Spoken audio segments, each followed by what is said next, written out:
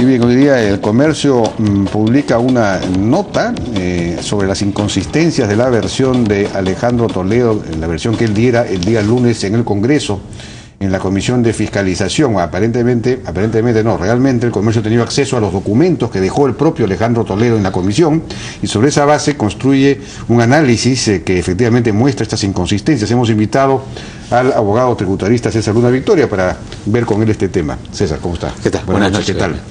Bueno, dice la nota lo siguiente. El lunes dijo Alejandro Toledo que Fernenbuch, cita su suegra, había hipotecado la casa de las casuarinas al Scotia Private Client Group, al Scotia Bank, ¿no?, de Costa Rica.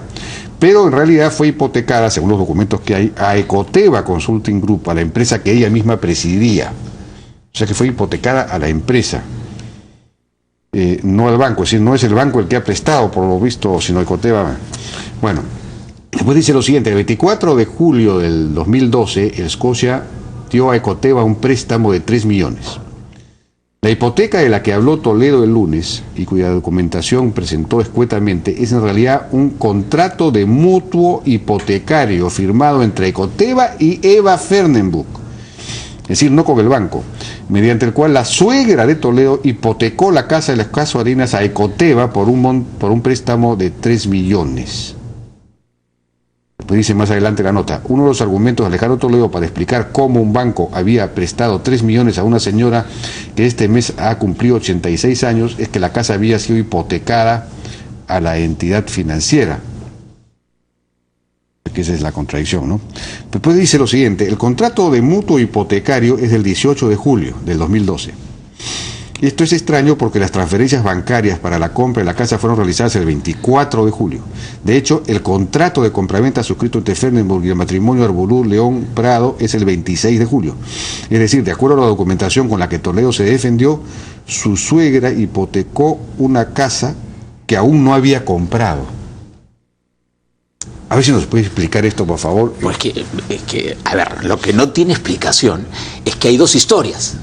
La historia real, que no la conocemos, y una historia legal que se entrampa en documentos. En la historia real hay un dinero, 5 millones de dólares. Y lo más que se ha llegado a entender en esta historia real es que esos 5 millones de dólares han estado en algún banco, ¿no? Yo no me queda claro si está en el Scotia o está en el JP Morgan, pero en algún lugar está en ese dinero. Y hay una historia legal que no se condice. O sea, la historia legal no guarda relación con la historia real. O sea, la historia legal está vacía de contenido económico, ¿no? Es eso. Es a ver. O sea que el dinero probablemente, o sea, el dinero no es un préstamo de Escocia, sino es un dinero o de Maiman, o de Toledo, o de Leanne Carp. Lo que es claro es que la historia legal no explica que el banco haya prestado su propia plata. Cuando el banco presta su propia plata, o sea, plata de los ahorristas que toma prestada para intermediar y dar en créditos, las normas de las superintendencias de banco y seguros del lugar donde estén son muy estrictas.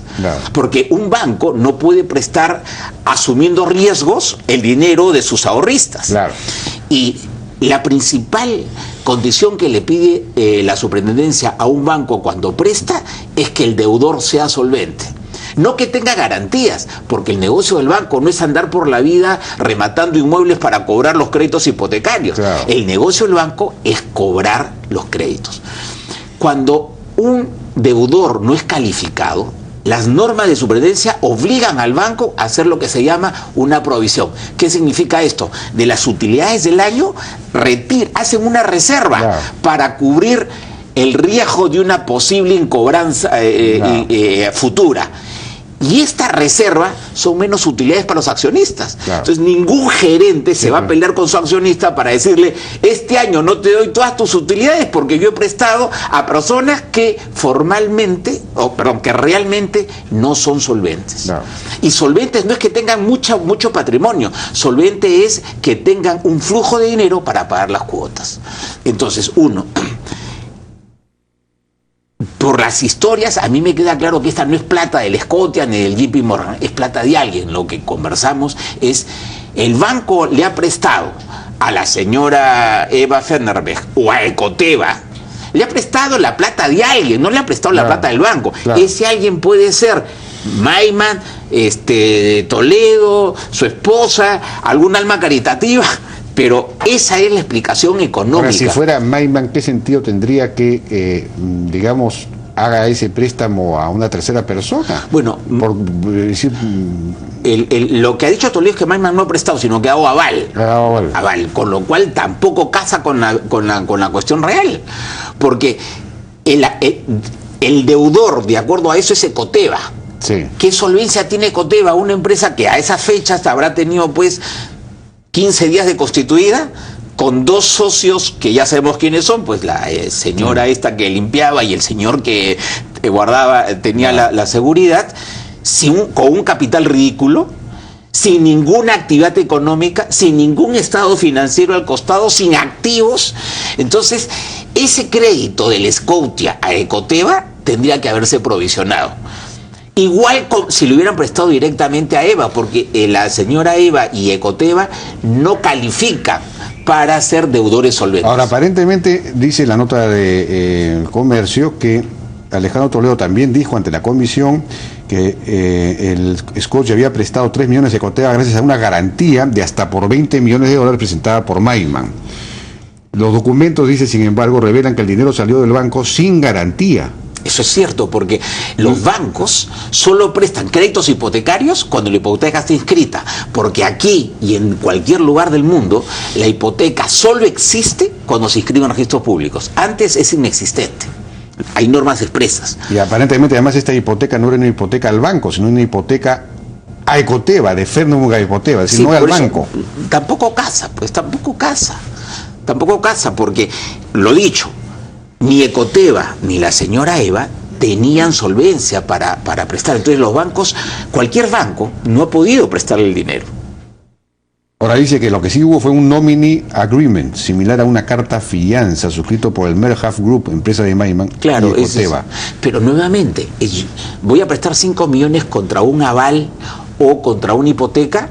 Eso es cuando uno presta su propio dinero y construye una fantasía jurídica de contratos. Y entonces, claro, le pone el contrato de aval de Maiman, compone la hipoteca, pero esos son papeles, no son la historia real. La gran pregunta aquí es: ¿cuál fue el origen del dinero? Porque ahí está toda la explicación. Claro, o sea que ¿de quién es el dinero? Aquí el dinero tiene que ser o de Maiman, o de Toledo, o de Leancar, o de alguien. O sea, no adelantemos nada ilícito, pero esa es la respuesta.